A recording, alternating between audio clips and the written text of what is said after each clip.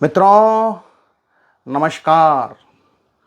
मैं देश का प्रधानमंत्री, जैसा कि आप सभी लोग जानते हैं कि देश के अंदर लव जिहाद हो रहा है। महाराष्ट्र में कितनी ऐसी कंपनियां हैं जहां अपन की लड़कियों के साथ में गलत हो रहा है, लेकिन मेरी इतनी हिम्मत नहीं है कि मैं लव जिहाद के खिलाफ कोई कानून ला सकूं, क्योंकि अगर मैं लव जिहाद के खिलाफ कोई सख्त कानून लाऊंगा तो ये जो जिहादी है ना, ये मुझको जिंदा नहीं छोड़ेंगे। इसीलिए यही वजह है कि मैं हिंदुओं को बांटने के लिए यूजीसी का कानून लेकर आया, क्योंकि इससे जिहादी खुश रहेंगे और इससे मेरी जान बच जाएगी। और लोग मुझसे ये भी नहीं पूछेंगे कि ज्ञानवापी में 5 सालों से ये जो शिवलिंग है ये वजू खाने में क्यों पड़ा हुआ है। सुन रहे हैं ना मित्रों। और हम दरअसल सही मायने में सबसे ज़्यादा नारी अधिकारों की बात करने वाला अगर कोई है तो वो हम हैं। हमारे अलावा और किसी ने कभी नारी अधिकारों की बात नहीं की है। लेकिन रुचि तिवारी को जिस तरह से दिल्ली विश्वविद्यालय के अंदर पीटा गया, उस पर हम कुछ नहीं बोले। उस पर हम कुछ इसलिए नहीं बोले क्योंकि उससे हमको क्या मतलब है। हमको तो ऐसा वोट चाहिए जिससे कि हमारी सीटें बढ़ें। और अगर हम रुचि तिवारी के मामले पर कुछ करते, हालांकि वो भी महिला ही है, लेकिन वो तो ब्राह्मण है ना, तो ब्राह्मण महिला के लिए हम क्यों करें। अरे तो वो भी तो समाज की बेटी हैं, लेकिन उससे वोट तो नहीं बढ़ेगा ना। इसीलिए इनको पिटने दो।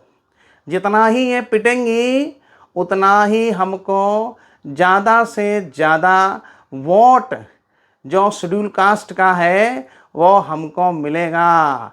इसीलिए मित्रों, जो नारी सम्मान की हम बात कर रहे हैं ना, ये नारी सम्मान की बात करना ये तो बहुत ही ज़्यादा ज़रूरी है। इसीलिए तो हम देखो महिला सम्मान के लिए नारी आरक्षण का बिल लेकर के भी आए हैं। लेकिन ये जो संतोष वर्मा है ना, ये जो भोपाल का आईएएस है ना, इसने भी तो कह दिया खुले मंच से कि हमको ब्राह्मणों की बेटियां चाहिए हैं, गलत करने के लिए, रेप करने के लिए। लेकिन देखिए, इसके बाद भी हमने उन पर कोई कठोर एक्शन नहीं लिया। क्यों नहीं लिया? ताकि हमारा वोट बढ़ता जाए, हमारा वोट बढ़ता रहे। तो इसीलिए हम तो जिहादियों के साथ हैं। हम लव जिहाद पर कोई सख्त कानून नहीं बनाएंगे, लेकिन हिंदुओं को तोड़ने के लिए हम देखें यूजीसी का बिल लेकर के आए हैं। तो मित्रों, भारत माता की जय। ये रहा आज का हमारा पूरा राष्ट्र के नाम संबोधन, और हमको ही सारा वोट आपको देना है। नमस्कार, धन्यवाद। तो मित्रों, भी धन्यवाद नहीं हुआ, ये तो मतलब दरअसल मैं आपको बता रहा हूँ कि राष्ट्र के नाम संबोधन जो है वो ऐसा होना चाहिए था इनका, जो मैंने आपको बताया। अभी इनके मन की बात जो है वो यही है। अभी इन्होंने राष्ट्र के नाम संबोधन किया, और उस राष्ट्र के नाम संबोधन में जो देश के वाकई में रियल इशू है, तो वाकई में जिस चीज़ से आज देश परेशान है, जो खबरें आज समाचार पत्रों में छपती हैं, लव जिहाद की खबरें छपती हैं। महाराष्ट्र के अमरावती में एक लड़के ने जो है, जिहादी ने 320 लड़कियों की ज़िंदगी बर्बाद की। नासिक में आप देखिए टीसीएस में क्या हो रहा है। हर दिन देश में कोई ना कोई पूरा संगठित तरीके से रैकेट चल रहा है लव जिहाद का। उसमें भारतीय महिलाओं के साथ, भारतीय लड़कियों के साथ जो कुछ हो रहा है, उसको लेकर के इस मोदी के मन में कोई इच्छा नहीं उठती है कि ये कोई कानून बनाए, कोई अधिनियम लाए, कुछ करे, उससे कोई मतलब नहीं है। इसने इस पर कुछ नहीं किया, लेकिन ये क्या कह रहा है कि साहब हम नारी वो शक्ति बंधन अधिनियम लेके आ रहे हैं। अबे नारी शक्ति बंधन तब होगा ना जब तुम इन जिहादियों के लिए कोई सख्त कानून लेकर के आओगे। तुम तो इन जिहादियों के तलवे चाट रहे हो, तुम्हारा भागवत तो इन जिहादियों के तलवे चाट रहा है।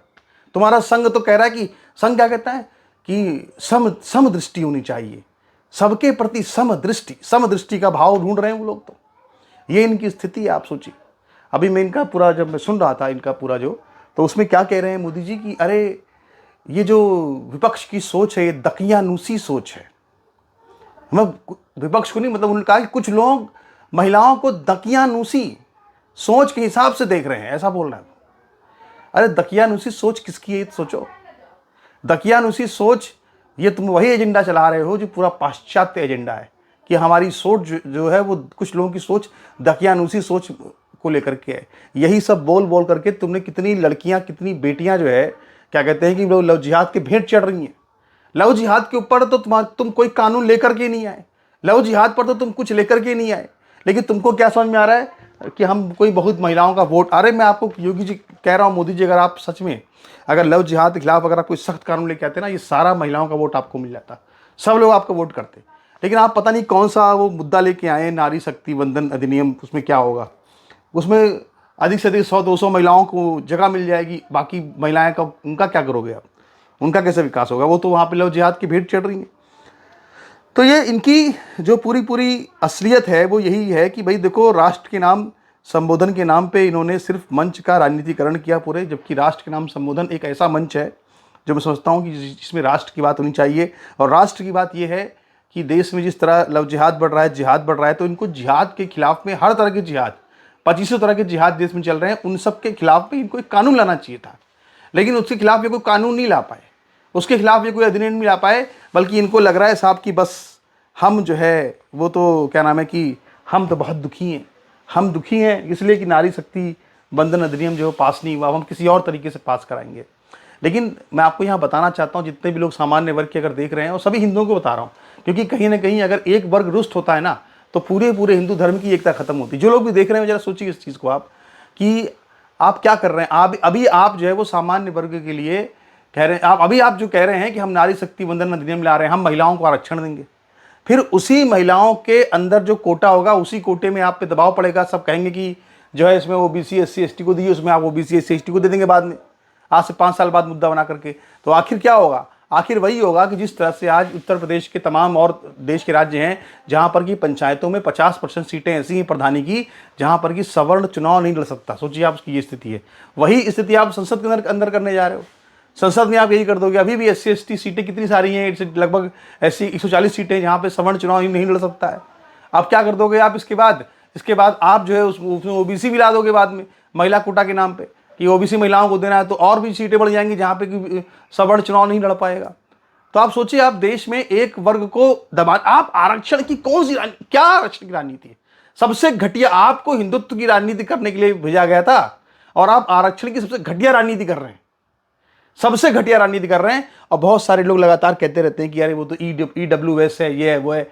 अरे ईडब्ल्यूएस ब्राह्मणों को नहीं चाहिए या सवर्णों को ईडब्ल्यूएस नहीं चाहिए। क्या करेंगे ईडब्ल्यूएस में? ईडब्ल्यूएस में ना तो उनको कोई छूट मिलती है पैसे रुपए की, ना तो उन्हें, बल्कि उनको ईडब्ल्यूएस सर्टिफिकेट लेने के लिए जो है हर क्या कहते हैं 3-4 साल में उनको हजारों रुपए खर्च करने पड़ते हैं, कितनी घूस लानी पड़ती तब जाके उनको उनका ईडब्ल्यूएस सर्टिफिकेट बनता है। और उससे मिलता क्या उनको है? कुछ नहीं। तो ये सब जो है वो सिर्फ एक आप सिर्फ इकोनॉमिक हेल्प कर दीजिए बस। कोई ब्राह्मण की बुद्धि, किसी सामान्य वर्ग के लोगों की बुद्धि कोई कमजोर नहीं, उनको कोई आरक्षण नहीं चाहिए। आप सिर्फ उनको जो है किताबें मुफ्त में दिलवाइए, आप उनकी फीस माफ करा दीजिए, वो कर लेंगे।